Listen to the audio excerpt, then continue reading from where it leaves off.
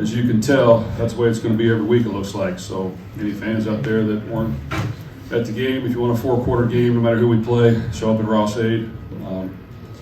But it feels good to get the win in the end. And one thing I can say about our team is they got guts. They play to the end. They work hard. They want to win. It means something to them. They stayed positive throughout it all, even though it wasn't pretty. And we just kept playing. And a lot of guys did some great things, but of course, our offensive line played hard the entire game. Aiden hung in there at the very end and made some unbelievable throws when we needed him to. And then the 4th down scramble was huge. We went for it on 4th down a couple times in our own territory, which you don't get. You're probably not going to win the game.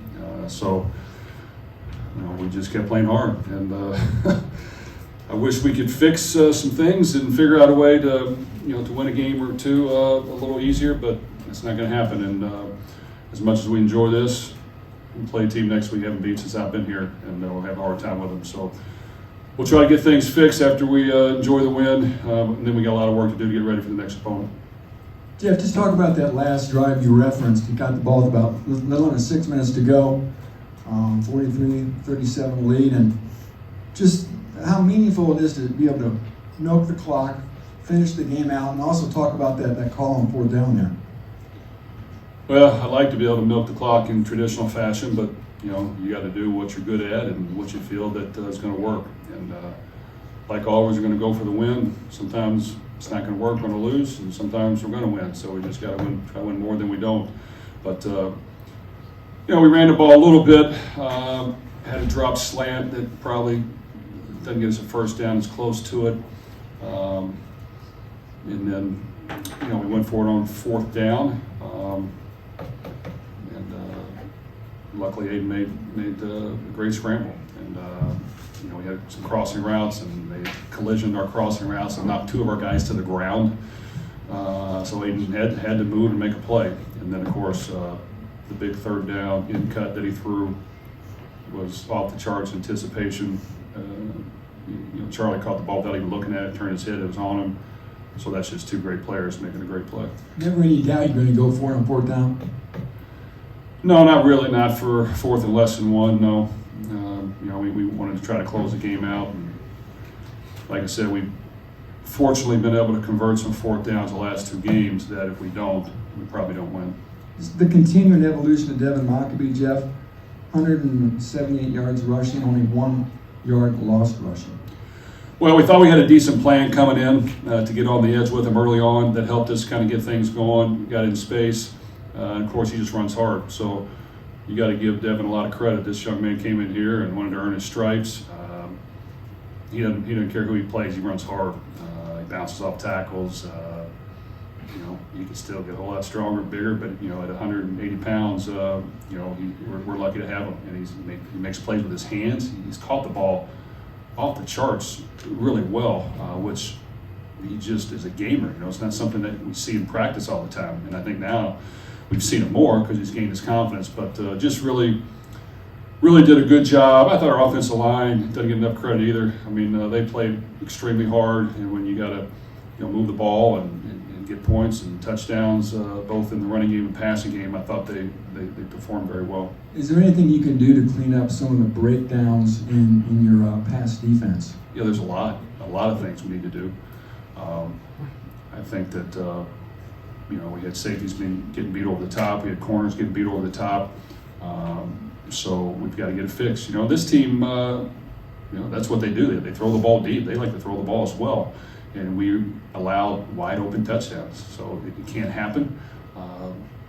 Luckily, we can learn with a win and try to dissect it and try to make sure it doesn't happen. But, it was disappointing. But once again, they played good at times. It's just today, they had some breakdowns that we have to get fixed. Coach, 4 sacks there for your defensive line in the first half. Can you just kind of speak to the continued effort that they're trying to make, generating a pass rush and continuing to pressure their quarterback? Well, without question, it's helped us. They play hard. We play a lot of guys. They keep them fresh. Provides competition. They've been the backbone of our defense, in my opinion. It's quite a few of them, not just 1 or 2. It's quite a few guys. I think that he's got to continue to work and get hard, and a few may emerge as spectacular players when it's all said and done, but they're constantly improving. And without them, we would have had a longer night. So I give them a lot of credit, and it wasn't our best, without question, a great day for us on defense, and we just got to get it fixed. It seems like almost every week, excuse me, we're talking about a different pass catcher other than Charlie Jones, and today it was obviously TJ Sheffield. He comes up with 70 yards, 2 touchdowns. Can you just talk about what he was able to do in this week of practice that maybe helped him get open the way he was getting today? Well, TJ has made plays for us in the past. He's had a couple ankle surgeries that have knocked him out for quite an extended period of time. He's come back from both of them. We've asked him to play both outside and inside, and because of our depth, he's played quite a bit more outside, and he does a good job. He runs good routes. He's got good hands. We got to continue to utilize him. He made big catches for us, so it's good for others to step up and come through. And I thought Andrew Sawinski's another guy who's been able to come through for us as a walk-on, and really his strength is he knows our offense. He knows what route to run. He knows the defense, and his intelligence level is what makes him very effective. And I think we got some other young receivers that they're working hard. We just got to get a little more schooled up and understand what defenses are doing and exactly what we're trying to get accomplished on offense. And I think that they can improve as well.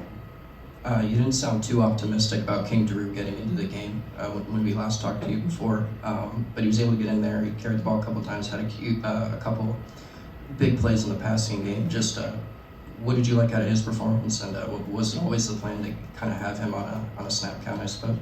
Well, he just started practice a little bit this week, and he's not 100%, but I give him credit. Like a lot of our guys, he wanted to play if we needed him. We thought we needed him a little bit. He gave us a little spark, and hopefully he can get more healthy this week and give us more snaps. Charlie seemed to have a little bit more burst to him today. Is he just rounding back into as healthy as he can be right now? Well, he did. At the very end, he was getting tired and came out a couple snaps. We asked him to do a lot. He's just a really, really good receiver that has unbelievable hands and runs great routes and can catch the ball without looking at it almost. He understands the game. So I just think he's still beat up, but we took care of him very good this week. We got to hopefully, we'll see how he came out of the game. Either way, we basically get him all the treatment we can until Wednesday. Hope he practices some on Wednesday. Thursday's lighter. Get him through that, and then get him the game healthy. I think our other receivers are improving, and we just got to continue to, spread the ball around a little bit. On a night that your secondary was beaten a lot, but the play Reese Taylor made on the interception did that help you guys maybe reset a little bit and able to extend the lead to where you needed it? Well, it was a huge play because they had momentum and they were scoring about every time they touched it in the second half. And Reese has had his ups and downs, but he works hard. We're fortunate to have him on our team. Hopefully this can provide him some confidence because he's practiced very well. He's just in the game sometimes, they made a couple plays on him. But I give him credit. He plays hard. He's never complained one time. We've been able to rotate 3 corners in there.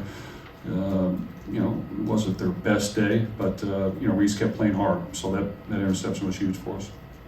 What did you see out of your defensive line tonight? Well, I saw what we've seen all year. I think they play hard. I think that we can rotate a lot of guys in there, and they've been able to kind of get after the quarterback to a certain degree. There was a couple times the rush lanes were a little too big in the inside and around, but this guy could run around and make plays, and we need our linebackers there to kind of assist, and they kind of got on the edge. But that team has scored some points, and they've got some weapons on the outside. Got a tight end that's really, really big and effective. So you got to give them some credit too. You're not going to stop them every time, but our D-line has played hard, and I do think they've been the backbone of our defense up until now. You get a sense this team is gaining confidence every week in these close games, and you're not seeing guys get rattled, that they are jumping into the moment and knowing what needs to be done? Well, I'm not, but they are. No, actually, that is our strength. We got guys that are calm, poised, we talk about it a lot. We communicate. Hey guys, this is how it's going to be. This is college football, and I mean, look at the games we played this year. Other than one FCS opponent, it's come down the wire. So you got to expect it, and maybe one day we can, win one by more than that. But it doesn't look like it's going to happen. And as I look at the schedule, it just gets tougher and tougher. So we just got to find a way to improve and get better. But our guys have guts. They play hard. They want to win. They stuck together, and they found a way to do it in the end. Any more questions for Coach? All right, in the back.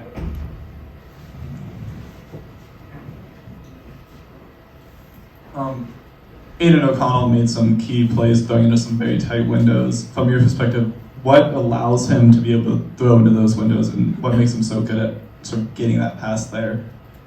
Well, quite honestly, this game and a few others, but this game, he probably had 5 or 6 throws that I don't think anybody can make. He throws with anticipation that's off the charts. He knows that's his strength. He can anticipate and throw it right where he wants to in a window that no one else would do. And then, Charlie can get his head around the last minute and catch it when the ball's on him. That ball got on him a little fast. He wasn't used to that. So they just have a great connection. But without question, Aiden's play in the fourth quarter especially was off the charts. And, that was an elite level of playing quarterback. Was one of those that 2-yard touchdown pass at the end to Jones, as far as a play that? Well, we have a running play call. We put our receiver in quick motion to just see if we can outflank him. I wouldn't call that outflanking him because he was open by this much. But you know what? Aiden trusted it, and he put it in a window that was this big. So you just got to pat him on the back and say, that's a great throw. It's risky, but that's a great throw. So I just think, you know what? When he's feeling that, you just got to let him go play. But just great execution by both of those two. That's not an easy catch as well. I mean, that guy was on him tight. The angle was hard, and just a phenomenal catch. Anything else for Coach? All right, thanks, Coach. Thanks. Up players in shortly.